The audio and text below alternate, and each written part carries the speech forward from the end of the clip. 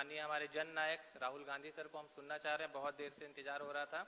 मैं आमंत्रित करता हूं हमारे सामाजिक, आर्थिक, राजनीतिक और हाँ नारे लगाएं हम जोर से, राहुल गांधी जिंदाबाद, न्याय योद्धा जिंदाबाद, राहुल गांधी जिंदाबाद।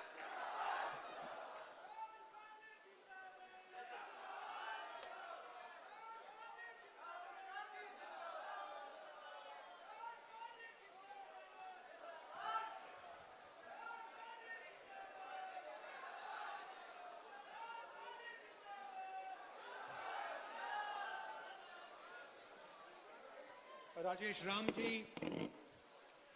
शकील अहमद जी, अनिल जैन जी,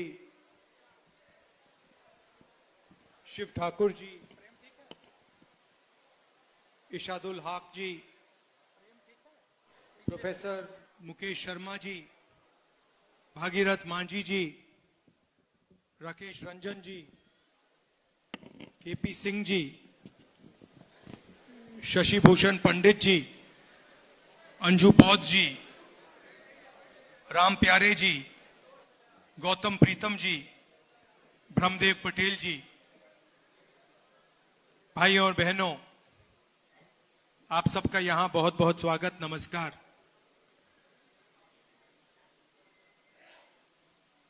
इसको हम सत्य, न्याय और अहिंसा की जमीन कह सकते हैं। बिहार को कह सकते हैं ना। और नया डेफिनेशन दिया है 21वीं सदी का। पुराना डेफिनेशन सत्य, न्याय और अहिंसा की जमीन, नया definition crime capital of India, Bihar. तो देखिए कहां से कहां पहुंच गए आप लोग। शुरुआत भैया, शुरुआत कहां हुई, आपकी सोच कहां कहां पहुंची। आजकल जापान की बात होती है, कोरिया की बात होती है, चाइना की बात होती है, वियतनाम की बात होती है,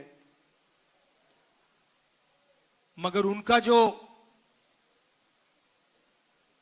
सोचने का आर्किटेक्चर है वो कहां से आया, वो आप लोगों ने दिया। यहां से, बिहार से सोच गई थी। Tibet, Sri Lanka, Vietnam, Korea, Japan, China. तो ये है बिहार का मतलब, ये है सत्य, न्याय और अहिंसा का मतलब, का इफेक्ट। और आज ये सब भूल गए आपकी सरकार, आप लोग नहीं, आपकी सरकार ये सब भूल गई और बड़े शब्दों में बिहार को क्राइम कैपिटल बना दिया। यही बदलाव हम चाहते हैं कि जो आप पहले थे, आपने सिर्फ हिंदुस्तान को नहीं पूरी दुनिया को रास्ता दिखाया है। आपकी सोच ने, आपकी थिंकिंग ने। नालंदा में आपकी यूनिवर्सिटी हुआ करती थी, पूरी दुनिया से लोग यहां आते थे। और आज बिहार से हर प्रदेश में, पूरी दुनिया में आपके लोग जाते हैं, क्योंकि यहां पे रोजगार नहीं।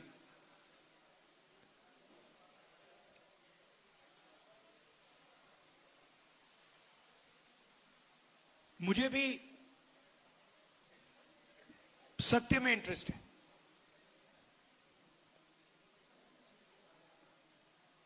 ये जो जाति जनगणना का कि जो सोच है, ये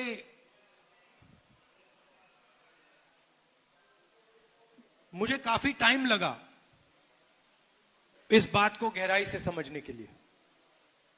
मैं राजनीति में 2004 में आया और आस्ते आस्ते एक प्रकार से मेरे परदादा ने डिस्कवरी ऑफ इंडिया किताब लिखी थी ना, तो मेरी भी डिस्कवरी ऑफ इंडिया हुई। और डिस्कवरी ऑफ इंडिया में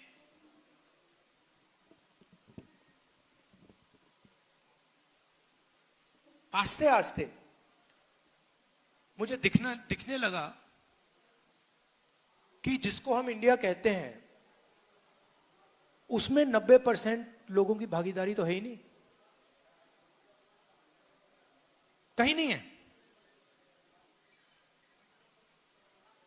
कोई भी सेक्टर देख लो आप,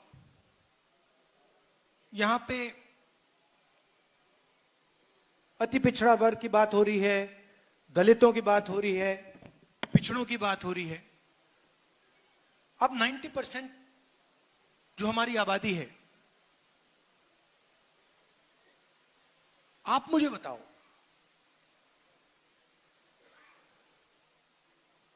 कौन से सेक्टर में आप लोग हो? आप कॉर्पोरेट सेक्टर में हो? 500 सबसे बड़ी कंपनियां हैं,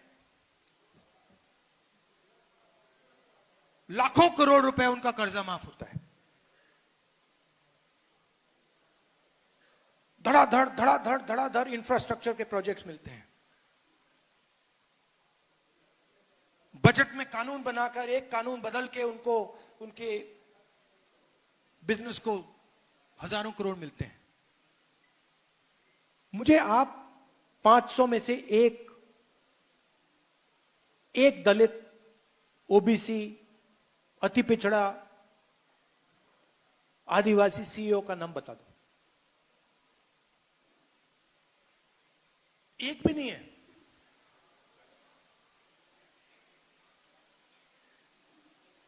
सीईओ छोड़िए, मैनेजमेंट टीम, सीनियर मैनेजमेंट, वहां मुझे दिखा दीजिए, वहां नहीं मिलेगा आपको। पहले सरकारी अस्पताल होते थे, अब प्राइवेट अस्पताल है। पहले सरकार आपका इलाज करवाती थी, अब आपको इलाज करवाने के लिए लाखों रुपए देने पड़ते हैं। प्राइवेट अस्पतालों को सरकार जमीन देती है। किसकी जमीन देती है? आपकी जमीन देती है। प्राइवेट अस्पतालों के मालिकों की लिस्ट निकालो, डॉक्टरों की लिस्ट निकालो, और मुझे आदिवासी नाम, अति पिछड़ा नाम, दलित नाम, पिछड़ा नाम दिखा दो वहां पे।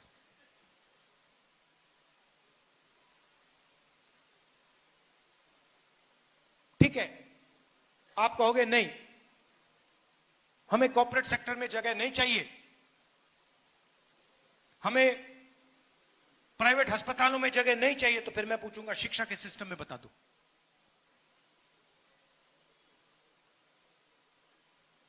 सारे के सारे स्कूल, यूनिवर्सिटी, कॉलेज प्राइवेटाइज, जमीन आपकी।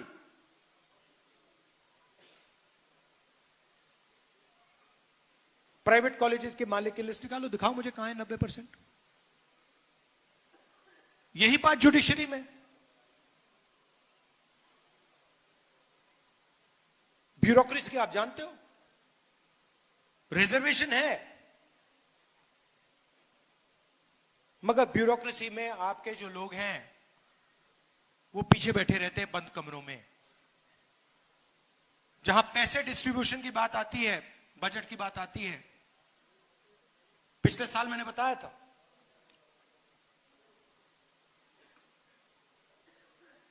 बजट 11 अफसरों ने बनाया, फोटो थी, 90% का उसमें कोई नहीं। बड़ी बड़ी मिनिस्ट्रीज को देख लीजिए,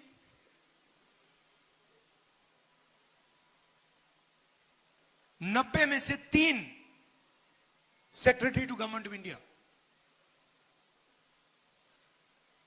पिछड़ा थी, अति पिछड़ा वर्ग के। 90 में से 3, आपकी आबादी कम से कम 55%, 90 में से 3, और वो भी 3 छोटे छोटे विभागों में, जहां धन जाता है, फाइनेंस, डिफेंस, उधर कोई नहीं। और वही हालत आदिवासियों की, दलितों की।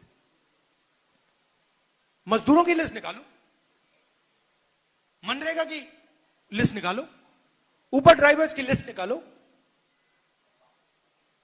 वहां पे सिर्फ आपको ओबीसी, दलित, अति पिछड़ा, ये लोग मिलेंगे। अब दो हिंदुस्तान बन रहे हैं,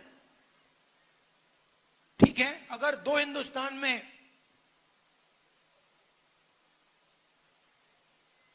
%50 आपका कंट्रोल होता और 50% किसी और का, तो ठीक है। मगर आपकी आबादी 90% है और आपका कंट्रोल 5% भी नहीं है।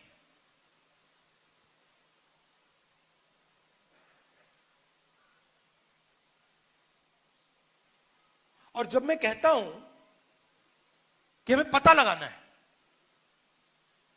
मैंने कोई पॉलिसी प्रिस्क्रिप्शन आज तक नहीं दी है। मैंने आज तक यह नहीं कहा है कि भाई जाति जनगणना के बाद हम क्या एक्शन लेंगे, मैंने आज तक नहीं बोला है। मैं सिर्फ यह बोल रहा हूं कि पता लगाना है कि इस देश में किसकी कितनी भागीदारी है, बस पता लगाना है। आपको चोट लगती है, आपको कभी चोट लगी है?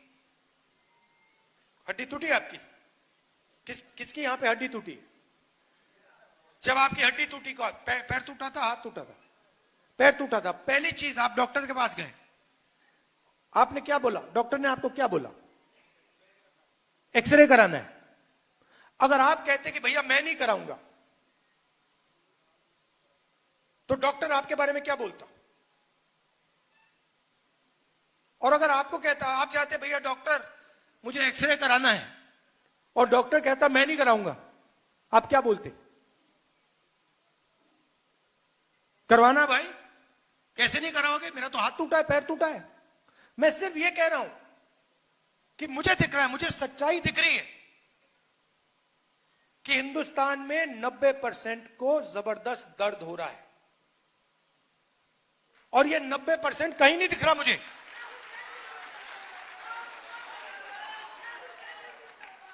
चाहे बलात्कार हो, गरीबी हो, दुख हो, दुख के आप सबसे बड़े शेयर होल्डर हो।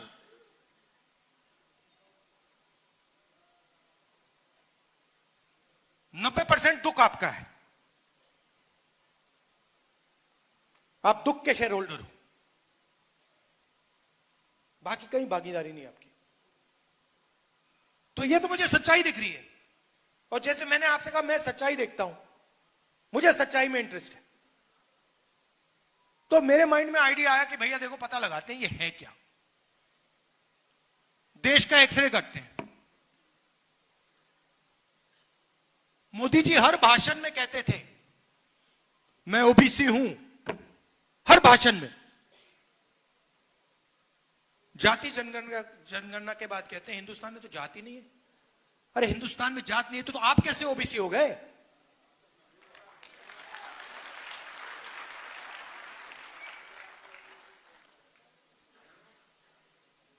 तो मेरा लक्ष्य है और आप सबका लक्ष्य है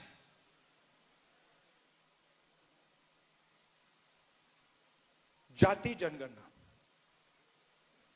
और मैंने लोकसभा में मोदी जी के सामने आंख में आंख मिलाकर कहा कि मोदी जी जाति जनगणना होगा। आप जानते हो उनको सरेंडर करने की आदत है। आप देखो, मैं आरएसएस से लड़ता हूं, मैं गहरी बात बोल रहा हूं। इनकी हिस्ट्री है, ये 2 मिनट में चिट्ठी लिखना शुरू कर देते हैं।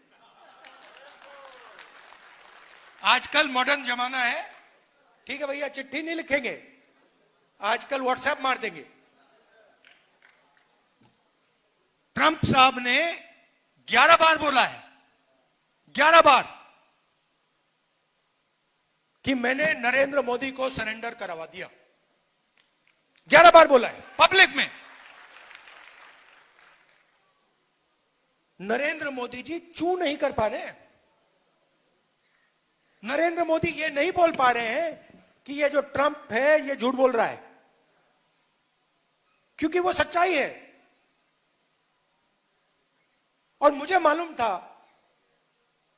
कि जिस दिन हमने थोड़ा सा दबाव डाल दिया उस दिन एकदम सरेंडर कर जाएंगे। मगर आप गलत फहमी में मत रहिए। ये जाति जनगणना जो करा रहे ना, ये असली जाति जनगणना नहीं कराएंगे, कभी नहीं कराएंगे। क्योंकि जिस दिन इन्होंने जाति जनगणना, असली जाति जनगणना कर लिया, उस दिन इनकी राजनीति समाप्त हो जाएगी, खत्म हो जाएगी। ये नहीं कर सकते हैं। जाति जनगणना के 2 तरीके हैं। एक बीजेपी का मॉडल, एक तेलंगाना का मॉडल।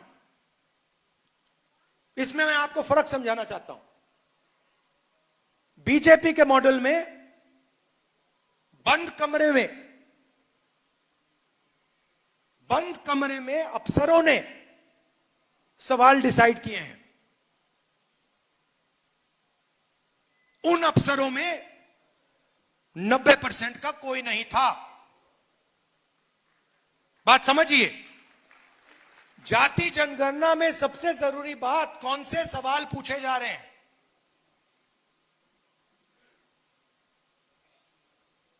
तेलंगाना में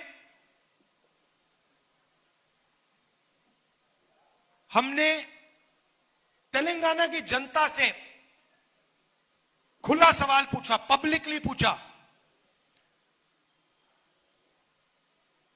दलित एसोसिएशन, उनके नेता, उनके पत्रकार, अति पिछड़ा एसोसिएशन, उनके लीडर, पिछड़ा वर्ग के एसोसिएशन, माइनॉरिटी एसोसिएशन, उनके लीडर, उनकी पब्लिक, आदिवासी, जनरल कास्ट, सबसे पूछा कि भैया देखिए, हम जाति जनगणना करने जा रहे हैं, सर्वे करने जा रहे हैं, आप कौन से सवाल पूछवाना चाहते हो।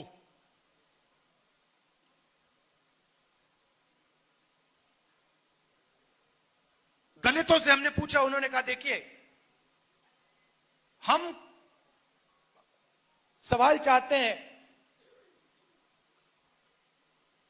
कि आपने कभी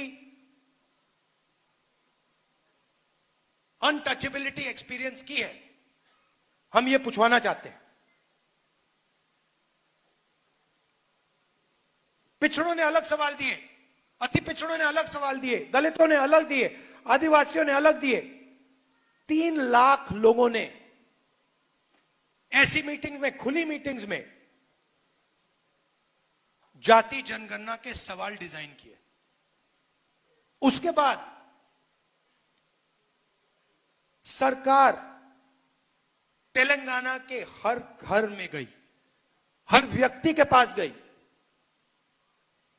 अगर वो व्यक्ति घर में नहीं था तो वापस गई। एक बार नहीं, अनेक बार गई और डेटा कलेक्ट किया। बीजेपी का मॉडल ये नहीं है। बीजेपी का मॉडल है, हम सवाल डिसाइड करेंगे और अगर आप जवाब देना चाहते हो दो, नहीं तो नहीं, और हम डिसाइड करेंगे। यह बिल्कुल फर्क मॉडल है। तेलंगाना मॉडल में क्या निकला, मैं आपको दो तीन उदाहरण देता हूं, आप हिल जाओगे।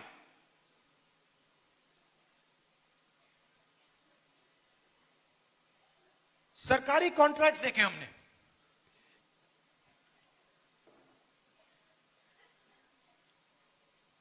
सरकारी कॉन्ट्रैक्ट तेलंगाना में, मैं बोल रहा हूं, खुल के बोल रहा हूं, तेलंगाना में दलितों को, आदिवासियों को, पिछड़ों को, अति पिछड़ों को सरकारी कॉन्ट्रैक्ट मिलते ही नहीं है। 4-5% को सारे के सारे कॉन्ट्रैक्ट मिलते हैं। आप मुझे बताओ, अगर पिछड़ा वर्ग को कॉन्ट्रैक्ट नहीं मिलेगा, अति पिछड़ा को कॉन्ट्रैक्ट नहीं मिलेगा, राजनीति कैसे करोगे?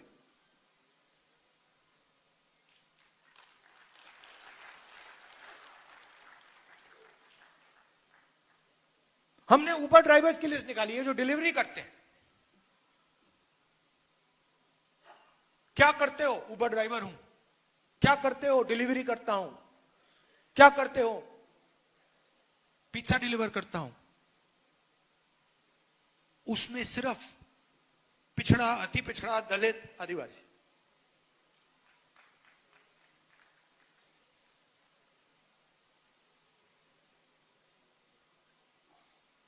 तो बिल्कुल क्लियर है, बिल्कुल साफ हो जाता है।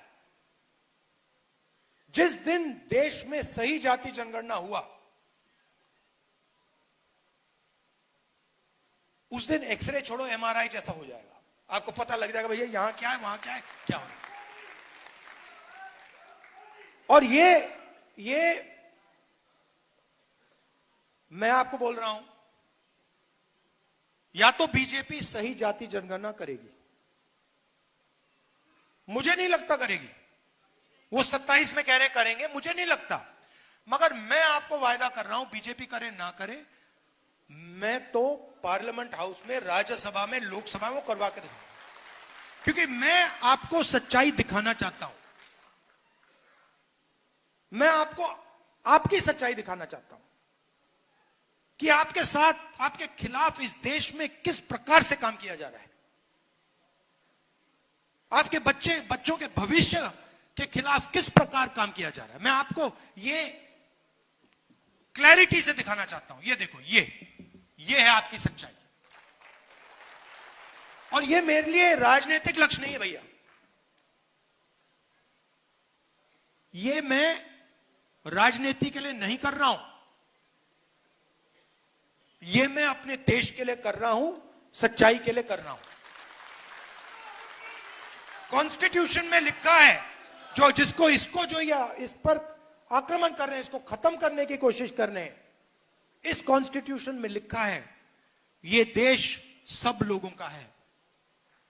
ये देश हर जात का है, हर धर्म का है, महिलाओं का है, पुरुषों का है, विकलांगों का है, सबका है। और जाति जनगणना इस कॉन्स्टिट्यूशन, इस प्यारे कॉन्स्टिट्यूशन की रक्षा करने का तरीका है। और मैं जानता हूं जो मैं कह रहा हूं, इस बात को आप गहराई से समझ रहे हो, क्योंकि आपके लाइफ में आपको दिखता होगा। अभी मैं आया, छोटी सी बच्ची मुझे कहती है मैं डॉक्टर बनूंगी।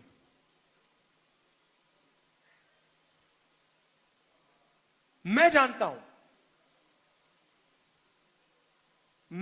हूं कि यह देश उस बच्ची से झूठ बोल रहा है। मैं जानता हूं क्योंकि वो अति पिछड़े वर्ग की है, वो डॉक्टर नहीं बनेगी, क्योंकि आप लोगों के लिए रास्ते बंद हैं। और मैं वैसा देश नहीं चाहता हूं जो अपने बच्चों को झूठ बोले।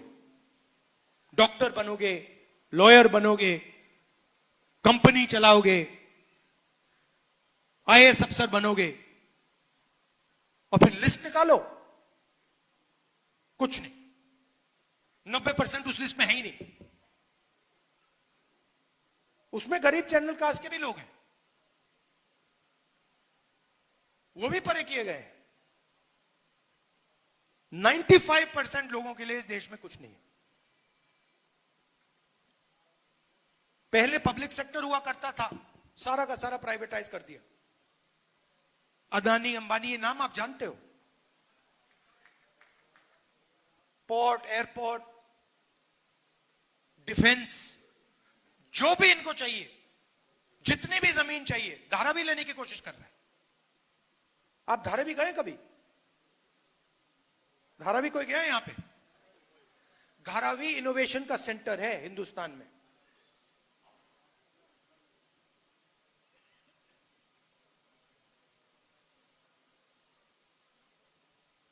पूरी की पूरी जमीन ले जा रहा है। लाखों करोड़ रुपए की जमीन ऐसे ही दोस्ती है बस नरेंद्र मोदी के साथ।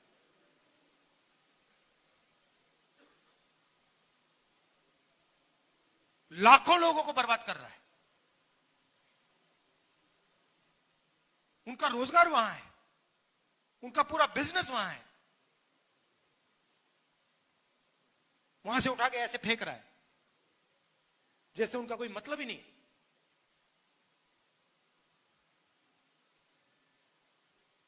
अपने आप को महाराजा सोचता है। हां, तो ये लड़ाई हो रही है।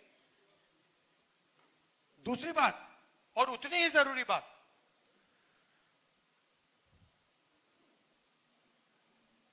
ये आइडिया कहां से आया कि हिंदुस्तान में सिर्फ 50% रिजर्वेशन हो सकता है। आपकी आबादी 90% और 50% की दीवार बना दी कि भैया 50% से ज्यादा रिजर्वेशन नहीं हो सकता। जाति जनगणना हमने तेलंगाना में की, और मैं आपको बता रहा हूं जाति जनगणना हमने तेलंगाना में की, अगले दिन चीफ मिनिस्टर ने उसको दीवार को तोड़ दिया। वो चॉइस ही नहीं थी भाई, अब ताली बजा रहे, चॉइस नहीं थी। जब उसने देखा कि जाति जनगणना में क्या लिखा है, जब उसने डेटा देखा, उसको पता लग गया कि भैया ये तो बिल्कुल गलत है, इसको तोड़ो। एक दिन नहीं लगा। तो मैंने दो बातें कही थी वहां पे, दोनों को कराऊंगा मैं। तेलंगाना में हो गया, कर्नाटक में हो गया, जहां भी हमारी सरकार बनेगी वो 50% को वहीं तोड़ देंगे। और जाति जनगणना में और इस दीवार में लिंक है। जाति जनगणना के साथ अगर हमने बाकी जो डेटा हिंदुस्तान की सरकार के हाथ में है वो जोड़ दिया, तो विकास का एक बिल्कुल नया तरीका बनेगा। जिस चीज को, जिस प्रकार से हम विकास के बारे में सोचते हैं, वही बदल जाएगा पूरा। मतलब पैराडाइम ही चेंज हो जाएगा।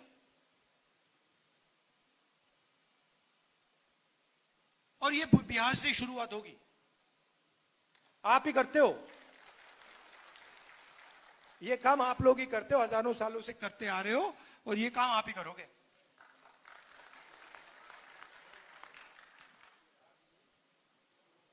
सही बात है ना? ये आपके अंदर है, डीएनए में है। आपके बिना ये नहीं बन सकता, आपकी सोच के बिना ये नहीं बन सकता हिंदुस्तान में।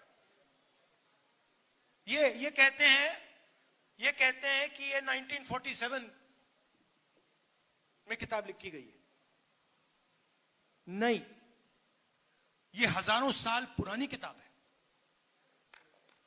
ये इस किताब में हजारों साल पुरानी सोच है। अभी आपने बुद्ध भगवान की मुझे फोटो दी और मूर्ति दी, क्या उनकी सोच इसमें नहीं है? ये पूरी किताब उनकी सोच के बारे में है। उन्होंने 3000 साल पहले बात बोली थी।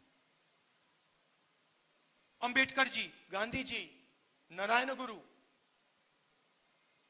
पेरियार, बसवन्ना, इन सबकी सोच इस किताब में है। और इसी सोच के लिए, इसी किताब के लिए हम लड़ रहे हैं। हजारों साल से आरएसएस की सोच इस सोच को खत्म करने की कोशिश कर रही है। ये पुरानी लड़ाई है। ये मत सोचिए कि ये बीजेपी और कांग्रेस के बीच में लड़ाई है। ये हजारों साल पुरानी लड़ाई चल रही है। हजारों साल पुरानी लड़ाई है ये बस उसका मॉडर्न रूप है। और आप जानते हो कि इस देश में कौन उस लड़ाई को जीतता है। हिस्ट्री देख लीजिए,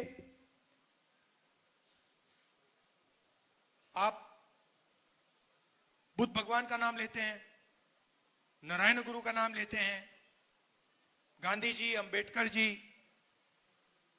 ये सब इसी विचार के लोग हैं। दूसरे साइड के नाम बता दो।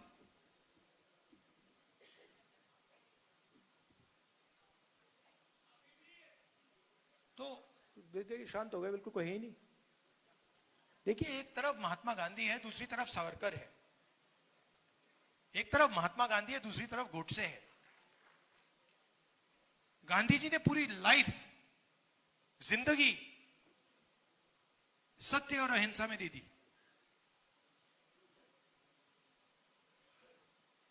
ऐसी स्पीच अगर कोई व्यक्ति 1000 साल बाद दे,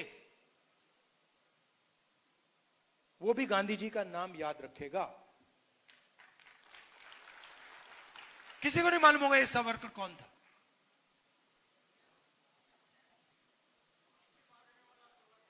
हाँ। और वही फैशन तो वही है ना। ट्रंप साहब ने 11 बार ट्वीट किया, यहां पे सरेंडर हो गया। तो सोच तो वही है। डरना नहीं, इनसे नहीं डरते। हाँ, आप सबका बहुत बहुत धन्यवाद। नमस्कार, जय हिंद।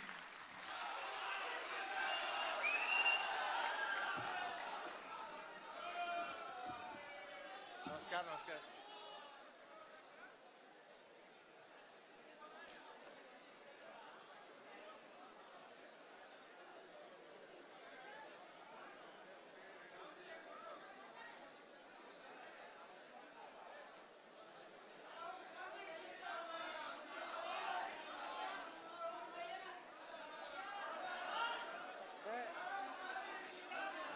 शशि जी